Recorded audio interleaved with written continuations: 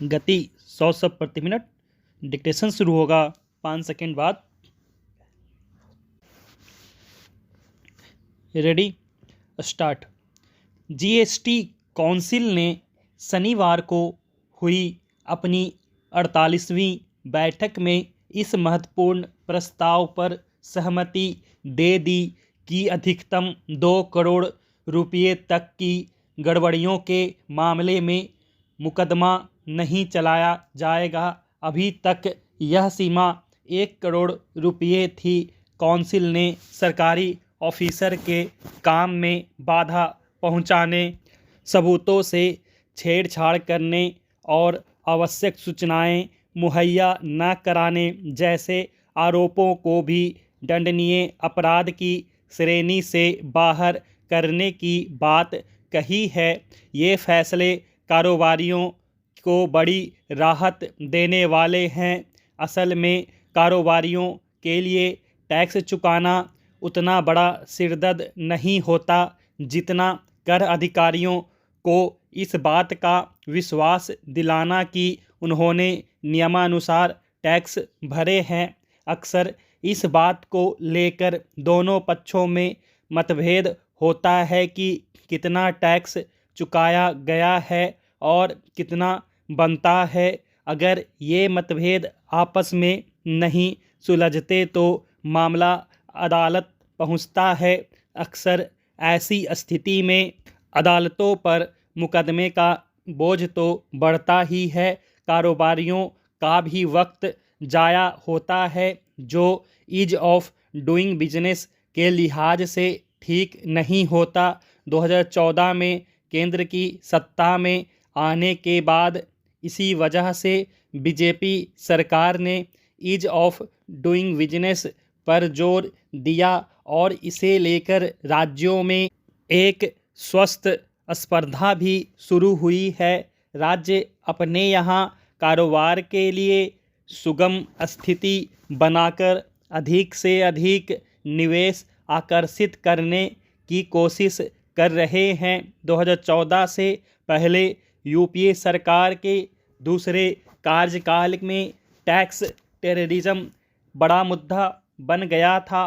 तब हुए लोकसभा चुनावों के दौरान बीजेपी का एक बड़ा वादा यह भी था कि सत्ता में आने पर वह टैक्स टेरर को समाप्त कर देगी। इस दिशा में पिछले वर्षों के प्रयास भी बीजेपी सरकार ने किए हैं। 2014 में जहां भारत ease of doing business index में 142वें स्थान पर हुआ करता था, वहीं 2022 में 63वें स्थान पर आ गया। जीएसटी लाने के पीछे भी एक उद्देश्य यह भी था कि टैक्स व्यवस्था में पारदर्शिता बढ़े। जीएसटी सिस्टम्स ने बेशक कुछ चीज़ें आसान बनाई, लेकिन कुछ मामलों में इसने जटिलता बढ़ा दी। ऐसे में 2 करोड़ रुपये तक के मामलों में मुकदमेबाजी से छूट की घोषणा निस्संदेह बड़ी राहत है। सरकारी काम में बाधा पहुंचाने और आवश्यक सूचनाएं उपलब्ध न कराने जैसे आरोपों को दंडनीय अपराध के दायरे से बाहर करना भी अच्छा कदम है। देश ने लंबे वक्त तक इंस्पेक्टर राज का दुष्परिणाम देखा है। तब बात बात पर कारोबारियों को सरकारी दफ्तरों के चक्कर लगाने पड़ते थे और अपना जायज़ काम करवाने के लिए भी घूस देनी पड़ती थी। वहीं गलत इनवॉइस बनाने और फर्जी बिल दिए जाने वाले मामलों को ठीक ही इस छूट से बाहर रखा गया है, जिनकी शिकायत मिलती रही है। जीएसटी काउंसिल के हालिया फैसलों से कारोबारी सुगमता बढ़ेगी, लेकिन इस टैक्स व्यवस्था में आगे भी सुधार जारी रखने होंगे। लगभग 2 साल पहले अंग्रेजी में एक किताब छपी थी, फ्रैक्चर्ड फ्रीडम। इसकी चर्चा भी हुई थी और यह पुस्तक काफ़ी बिकी भी। साल भर पहले कोबाड गांधी की इस पुस्तक का मराठी अनुवाद पब्लिश हुआ।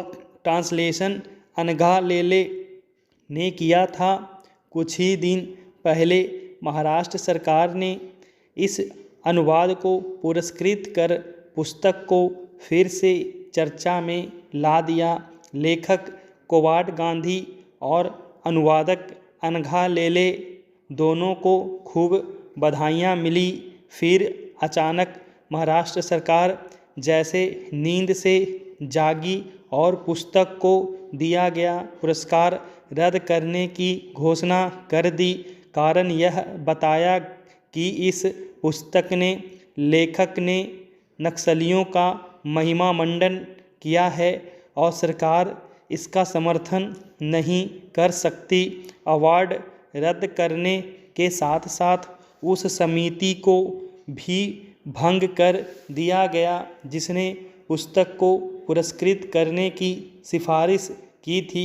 सरकार के मुताबिक समिति का दायित्व बनता था कि वह सरकार की जानकारी में यह बात लाती कि इस पुस्तक में नक्सलियों का जयगान है। मराठी साहित्य जगत में सरकार की इस समूची कार्रवाई की तीव्र भर्त्सना हो रही है। अनेक नामचीन रचनाकारों ने भी मराठी भाषा साहित्य से संबंधित पुरस्कार लेने से इनकार कर दिया है। प्रज्ञा पवार, शरद बाविस्कर, आनंद करंदीकर, सुहास पलसीकर जैसे साहित्यकारों ने सरकारी समिति से भी इस्तीफा दे दिया है। महाराष्ट्र सरकार के प्रति नाराजगी व्यक्त करने और इस्तीफा देने का यह सिलसिला अभी जारी है। सवाल यह है कि क्या संबंधित पुस्तक में सचमुच नक्सलवाद का महिमामंडन करके हिंसात्मक कार्यवाही का समर्थन किया गया है। इस संदर्भ में कुछ बातें गौर करने लायक हैं। यह सही है कि पुस्तक के लेखक कोबाड गांधी कभी माओवाद से प्रभावित रहे थे। नक्सली हिंसा को बढ़ावा देने के आरोप में वह गिरफ्तार हो चुके हैं और 10 साल जेल में बिताए हैं। लेकिन उसके बाद वह न्यायालय से आरोप मुक्त हुए। जेल से रिहा होने के बाद ही उन्होंने इसे लिखा और उनका कहना है कि पुस्तक नक्सलवाद की प्रशंसा नहीं, आलोचना करती है।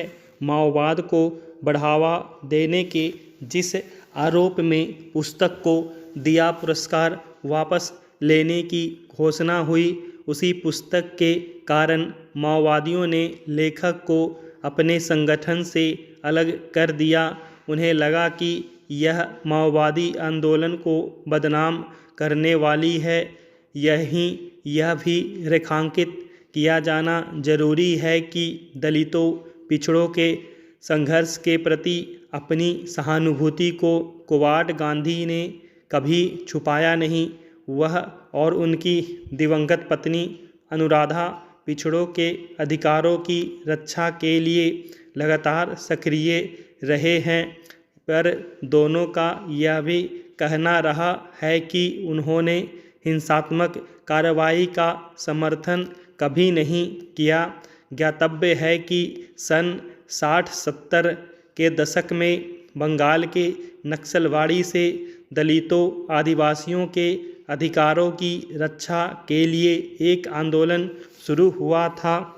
आगे चलकर भले ही इस आंदोलन में ऐसे लोगों का प्रवेश हो गया जो अपने उद्देश्यों की प्राप्ति के लिए हिंसात्मक कार्रवाई को भी जायज़ मानते थे, पर आंदोलन से मूल रूप से सहानुभूति रखने वाले बहुत से लोग अहिंसात्मक संघर्ष के ही पक्षधर रहे। कोबाड गांधी का कहना है कि उनकी गणना ऐसे ही लोगों में होनी चाहिए। साथ ही उनका यह भी कहना है कि उनका उद्देश्य सामाजिक असमानता को समाप्त करता है। वह कहते हैं कि इस असमानता को समाप्त करने के लिए संघर्ष के लक्ष्यों को बदलना पड़ेगा और समानता के संघर्ष के बजाय सबकी खुशी का संघर्ष करना होगा। यह संघर्ष सबकी प्रसन्नता, स्वतंत्रता और अच्छे मूल्यों के लिए होना चाहिए। स्टॉप।